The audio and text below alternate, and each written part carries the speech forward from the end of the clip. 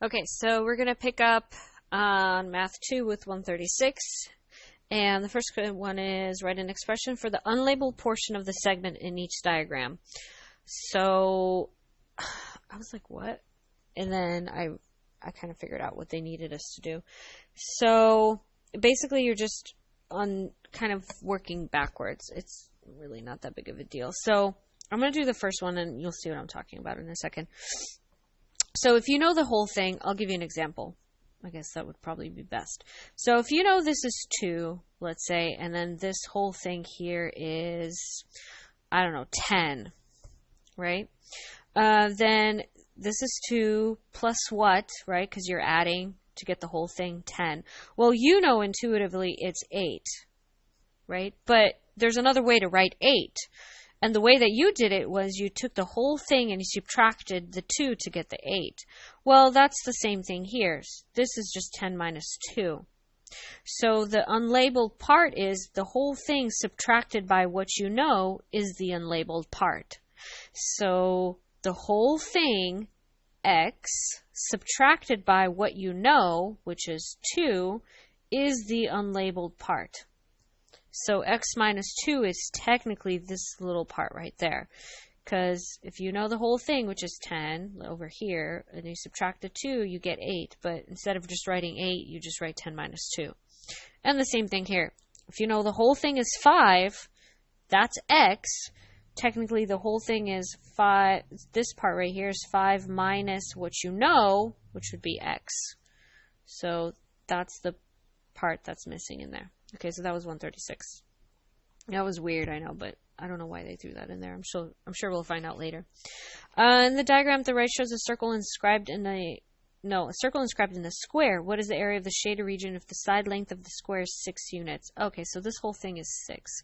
Oh, this is easy. Okay, so the whole thing is 6, right? So this is 6, that's 6, that's 6. Okay, so that means from here to here, it's also 6. All right. Well, that helps out because now we know what the radius is, which is awesome. So if the whole diameter is 6, then the radius is going to be 3 and 3. So find the area of the shaded region. So if we find the area of the square, take out the circle, we're left with 1, 2, 3, 4 of these corners. And then if we cut that in half, we should be left over with the shaded parts. Okay, that should work. So the area of the circle is going to be, let's see, the area of the circle is going to be pi r squared. So pi r squared. So pi, your radius is 3, so 3 squared. So we get 9 pi, which gives us a numerical value of 9 times pi.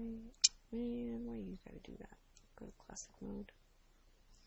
9 times pi, which gives us 28.274. I'm just gonna leave it around 28.274.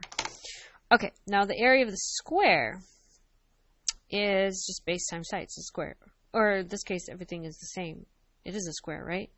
Yeah, okay, so it's just 36. 6 times 6, so 36. Okay, so this is 36. So if we take out the circle from the square, that means we have to subtract. So if we take out the circle from the square, so 36 minus 28.274, we should get 36 minus 9 pi. So we should get something around 7.726-ish. Okay. Now, that's the area of the 4 corners. All 4 of them. We only want 2 of them. So if we take this 7.726 and we divide by 2, because we only want 2 of them, we should get 3.863 if we round to 3 decimal places. So it's going to be 3.863 units squared. So that is the area of the shaded parts right there. So again, we divide by 2 because if we take out the circle from the square, we were left with 1, 2, 3, 4 of these corners, but only 2 of them are shaded. So we need half of our answer, which is 3.863 units squared. All right, the next one, 138. It says graph the following points on graph paper and then connect them in the order. Then find the area and perimeter of the shape. Show all of your work. So we have A, B, C, D, and E. So it's going to be a 5-sided figure, which will be very interesting to find the area of, that's for sure. But finding the perimeter should not be a problem. So I'm not going to do that. You should know how to find the perimeter, only because you are using Pythagorean theorem for literally every single setup. So these are the points that I have on here. Okay, the perimeter should be the length between the dots. So for each one of these, in order to find the perimeter, unless you can do this stuff in your head, which I doubt, because I can't do it in my head either, you need to be creating right triangles in order to get the length of the hypotenuse. And you can count if you're going up and down, side to side. So for each of these, you need to be creating, and this one you should be able to tell what the lengths are without creating a right triangle. So here's another one. Right, so you need to do 1, 2, 3. You need to do 3 Pythagorean theorem 3 times so you can get the lengths from these right there. That's for the perimeter. The area is, well, this looks a little weird, so I'm going to try to figure out how to break this apart to get you the better breakup of proportions.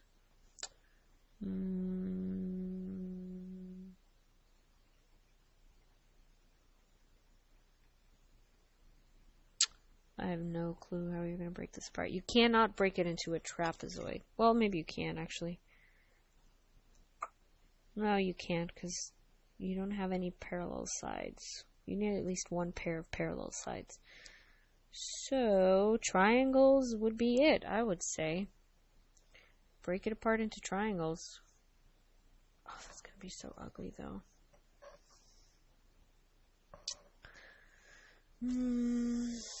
Let's see, what if we break it apart?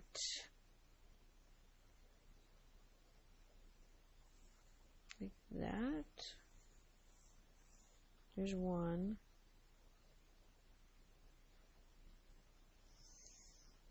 Would that work?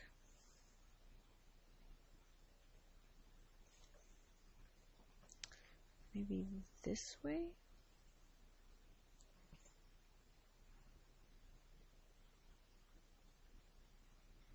Oh, this is so icky. I don't know. You're going to have to think of how you want to break this apart. That's my best assumption. We can be here for a while I try to figure out how to break this apart.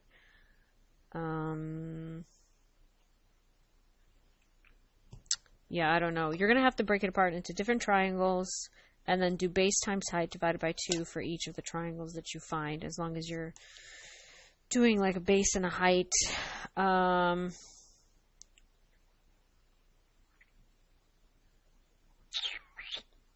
Yeah. Okay, well, good luck with that. Base times height divided by 2. So break it apart into as many triangles as you can think of, and then, work with that. Because that's all I got for this one. Maybe like this triangle here. That would be an okay one to do.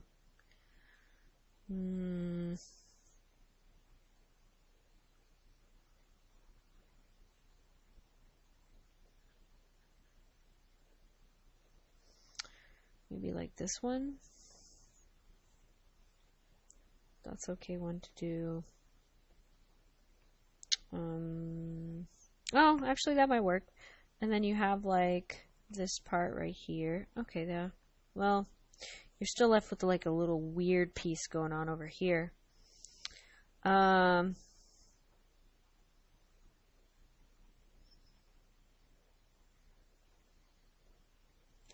Okay, well, maybe not all the way there. Maybe we'll just go all the way up to 5. Yeah, okay, that won't work. Okay. And then you do maybe like this one. Hey, that's pretty good. Okay. And then you're left with a square. Okay, so that works out. So you have a rectangle. Well, not a square. Is that a square? Yeah, that looks like a square. So you have a rectangle piece, which is convenient. A square, which is convenient to do the area for. You have triangle 1. So your base would be, well, your base would, I would say your base would be this. Your height would be that. This triangle here, your base is here. Your height is there. This triangle here, your base would be this part, your height would be that part, and then that's it. So base times height divided by 2 for those 3, and then you have your 2 rectangular pieces, where technically square, but still. Alright, and then should give you an area.